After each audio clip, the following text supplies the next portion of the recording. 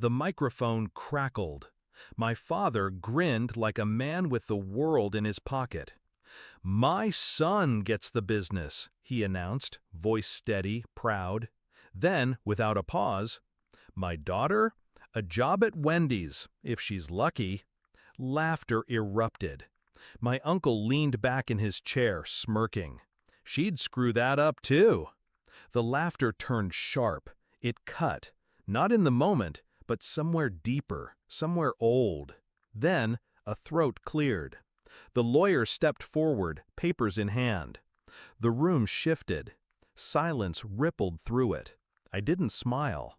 I'd been waiting for this moment for a year. Before the cracks showed, I was 10 when my father first told me the business wasn't a place for women. It wasn't cruelty back then, just a seed planted in rich soil.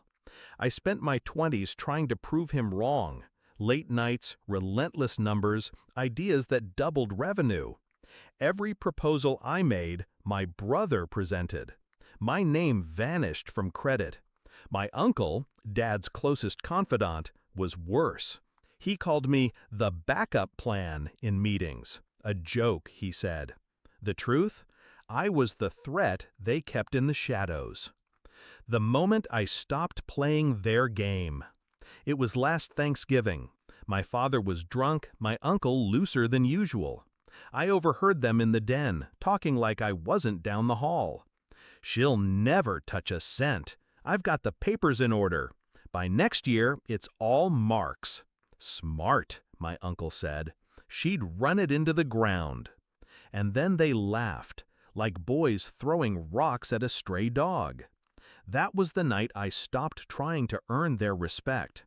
Respect is a gift you give equals. I wasn't their equal. I was the enemy they underestimated. Planning begins. Step 1, information. I pulled every record I had access to, financials, contracts, tax filings. I learned more in 3 months than my brother had in a decade. And in those numbers, I found leverage.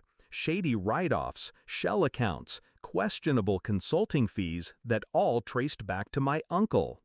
Step 2, allies. Not friends, professionals. A corporate attorney, discreet and merciless. A forensic accountant. And the lawyer who'd been my father's since before I was born. Loyal to the money, not the man. Step 3, patience. I didn't confront, I didn't warn. I kept showing up to family dinners, smiling through the insults, letting them believe I was harmless. Because revenge works best when they think you've already lost. Setting the trap. My father's company had shareholders, minority ones, people he'd stepped on but couldn't fully crush. I met with them quietly, over coffee, in parked cars, in dim hotel lounges.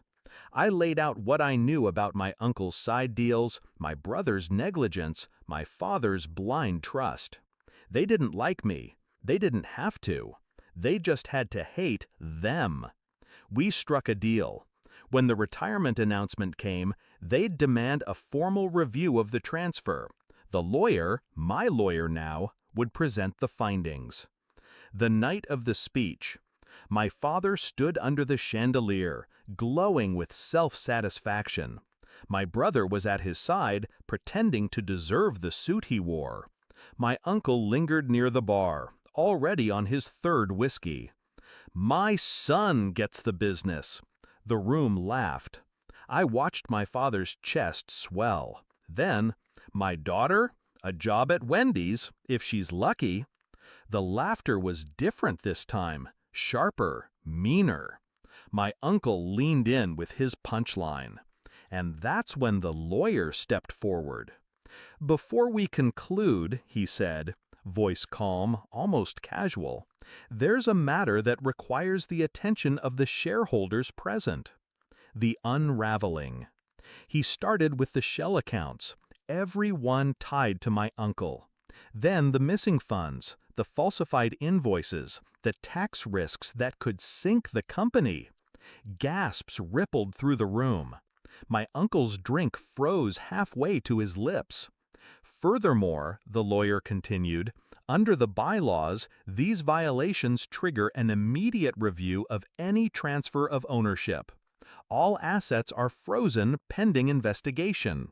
He let the words hang there. Effective immediately. My brother's face drained of color.